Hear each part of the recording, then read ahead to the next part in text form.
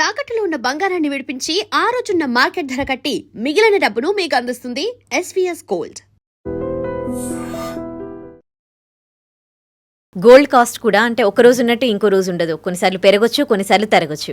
So ఇప్పుడు మీ దగ్గర sale చేశారనుకోండి, ఆ రోజు కొంచెం తక్కువగా ఉంది, నెక్స్ట్ డే ఒక 1-2 డేస్లో గోల్డ్ పెరిగింది అనుకోండి, ఇప్పుడు వాళ్ళకి లాసే కదా. సో బేసికల్లీ గోల్డ్ ఎవరైనా సరే ఎప్పుడు అమ్ముకుంటారు, లేటెస్ట్ మా పేరెంట్స్ కానీ మీ పేరెంట్స్ కానీ వాళ్ళ జనరేషన్లో అసలు గోల్డ్ అమ్మడం అనేది వాళ్ళ థాటే ఉండదు.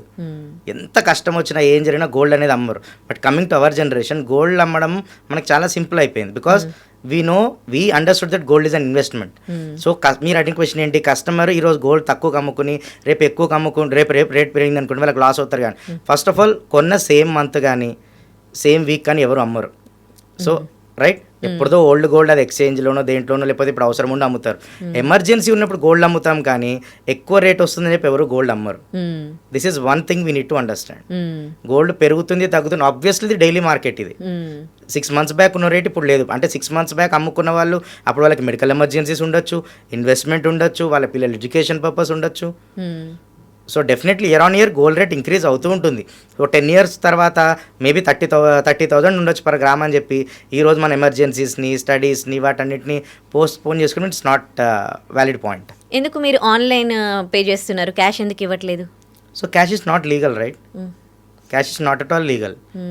మనం క్యాష్ తోటి ఒక ట్రాన్సాక్షన్ చేస్తున్నామంటే మనం గవర్నమెంట్ని సంథింగ్ చీట్ చేస్తున్నాము, లేకపోతే మన బిజినెస్ హైడ్ చేస్తున్నాము, మన టర్న్ ఓవర్ని సెకండ్ మనీగా చూపిస్తున్నామని కదా. So we don't want go into that. We are proper corporate. మేము ఆన్లైన్లోనే ట్రాన్స్ఫర్ చేస్తాము. If customer come with us, వాళ్ళు 1 kg తీసుకొచ్చి సార్ మీరు 100 రూపాయలు తక్కువ ఇచ్చినా పర్లేదు గ్రామ్ మా క్యాష్లో చేయండి అనగా no, we don't do that. We straight away say no. Okay.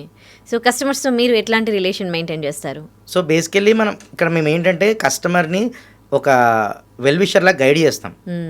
So మేము ఫస్ట్ డైరెక్ట్ కస్టమర్ గోల్డ్ తెచ్చాడు మేము కొనేసుకున్నాం అన్నట్టు కాకుండా, సార్ మీరు గోల్డ్ తీసుకొచ్చారు, అసలు ఫస్ట్ మీ పర్పస్ ఏంటి, మీరు ఎందుకు అమ్మాలనుకుంటున్నారు, okay where are you from అని వాళ్ళ డీటెయిల్స్ ప్రాపర్గా వ్యాలిడేట్ చేసుకుని, ఇప్పుడు ఎవరు పడితే వాళ్ళు గోల్డ్ తీసుకొచ్చి ఇచ్చేస్తే మేము తీసుకోము.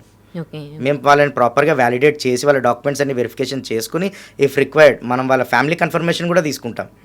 సో థెఫ్ట్ గోల్డ్ అలాంటి కేసెస్ వస్తాయి కదా. సో మనం ఏం చేస్తామంటే వాళ్ళ ఫ్యామిలీ ప్రాపర్ కన్ఫర్మేషన్ తీసుకుని మనం దాన్ని బట్టి గోల్డ్ అనేది తీసుకుంటాం వాళ్ళ దగ్గర. మనం ఏది గోల్డ్ బిజినెస్ చేస్తున్నాం, మనకి ఈరోజు గోల్డ్ ఇచ్చేసేయాలి అలా కాదు. So we have certain guide lines. ఆ గైడ్ లైన్స్ మీట్ అయిన తర్వాత మేము ట్రాన్సాక్షన్ అనేది చేస్తాం. ఓకే, అంటే ఒక అకౌంటబిలిటీ, ఒక రెస్పాన్సిబిలిటీతో ఉంటారా కస్టమర్స్? డెఫినెట్లీ, బికాజ్ మనం ఫస్ట్ ఫేజ్లో మనం ఎలా అంటే కస్టమర్ని మనం 21 years లోపల వాళ్ళకి మేము ట్రాన్సాక్షన్స్ చెయ్యము. That is first thing. And most probably ఇప్పుడు ఎవరిలో తీసుకున్నాం, మా ఇల్లు మీలో ఎవరిదైనా ఇంట్లో లెటర్స్ 10 grams గోల్డ్ ఉంటే డెఫినెట్లీ 8 grams అది లేడీసే ఉంటుంది. హార్డ్లీ 1 or 2 grams ఉంటుంది మెయిన్కి. ఎగ్జాంపుల్ ఇన్ కేస్ ఆఫ్ 10లో చెప్తున్నాను. సో గోల్డ్ అమ్ముతున్నారంటే అది డెఫినెట్లీ వాళ్ళ ఇంట్లో లేడీస్ కన్ఫర్మేషన్ తోటే అమ్మాలి. అవును, రైట్. సో మేము అందుకే లెటర్స్ అన్మ్యారీడ్ కస్టమర్ వస్తే వాళ్ళ మదర్ కన్ఫర్మేషన్ తీసుకుంటాం, మ్యారీడ్ కస్టమర్ వస్తే వాళ్ళ స్పౌస్ కన్ఫర్మేషన్ తీసుకుంటాం. This is what we doing the verification process. వాళ్ళు అదంతా వెరిఫికేషన్ చేసుకుని then we do the transaction. బ్లంట్గా ట్రాన్సాక్షన్ చేసేయం. ఓకే. సో ఇప్పుడు అదే మీరు చెప్పినట్టు ఇప్పుడు కష్టాలలో ఉన్న వాళ్ళకి గోల్డ్ అమ్మే టైంకి వాళ్ళు తీసుకోవాల్సిన జాగ్రత్తలు ఏంటి కంపెనీ విషయంలో గోల్డ్ అమ్మే టైంలో? సో ఫస్ట్ థింగ్ నేను ఏం సజెషన్ ఇస్తానంటే, మీకు ఎవరైనా మీరు ఆబ్వియస్లీ లెటర్స్ మీరైనా నేనైనా కస్టమర్ మనం ఏదైనా అమ్మాలి అనుకుంటే 4-5 చోట్ల ఎంక్వైరీ చేస్తాం, రైట్? నేను గోల్డ్ ఈరోజు అమ్మాలనుకుంటున్నాను, 4 కంపెనీలు ఎంక్వైరీ చేస్తారు. ఫస్ట్ మనం రేట్ అడగడం మానేసి stop asking rate. So rate obviously ఇంపార్టెంటే, ఆస్క్ దెమ్ ద ప్రాసెస్. అసలు మీ ప్రాసెస్ ఏంటి?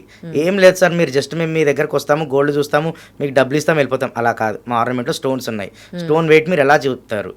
మన చేతికి రింగ్స్ ఉంటాయి, మనం గెస్ చేయండి మీ చేతికున్న స్టోన్ వెయిట్ ఎంత ఉంటుందో చెప్పలేం.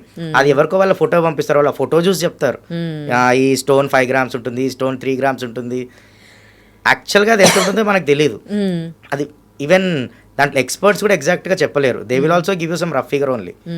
సో మీరు అడగండి కస్టమర్, మీరు ఏ కంపెనీకి అయితే మీరు ఎవరి దగ్గరికి అయితే అమ్మాలనుకుంటున్నారో ask them to remove stones in front of you. మీరు ఎలాగ అమ్మేస్తున్నారు కదా, స్టోన్స్ తీసుకొని కొమ్మనండి వాళ్ళని. రైట్. దాంట్లో మీకు వచ్చిన లాస్ ఏం లేదు, ఇంకా ప్రాఫిటే. ఏ కంపెనీ స్టోన్ వెయిట్ తక్కువ చెప్పి మీకు ఎక్కువ పేమెంట్ చెయ్యదు. This is what I want to convey all customers. Okay, చాలా ఇవన్నీ కంపెనీస్ అంటే ఈవెన్ మీ కంపెనీ కూడా ఈ రోజున్న మార్కెట్ ధర అంటుంది కదా. ఎస్, మీ రోజున్న మార్కెట్ ధర ఎగ్జాక్ట్ గా స్టోన్ వెయిట్ తీసేసి ప్యూరిటీ చెక్ చేసి కస్టమర్ కి అక్యురేట్ ఇస్తామన్నమాట. దీంట్లో మేము ఎటువంటి వేస్టేజ్ తీసేయం, ఎందుకంటే మనం కొనేటప్పుడు వేస్టేజ్, అమ్మేటప్పుడు వేస్టేజ్ ఉండదు. మనం 10 గ్రామ్స్ కరగబెడితే వెయిట్ 10 గ్రామ్సే వస్తుంది. సో అలాగే మనం పేమెంట్ చేస్తాం కస్టమర్స్కి. సో బేసిక్గా వాళ్ళు ఏంటంటే కస్టమర్ని మీరు గోల్డ్ కరిగిస్తే ప్యూరిటీ తగ్గిపోతుంది సార్ అని ఒక భయం క్రియేట్ చేస్తారు. గోల్డ్ కరిగిస్తే ప్యూరిటీ తగ్గిపోతున్నప్పుడు వాళ్ళు ఎందుకు కొనుక్కుంటున్నారు?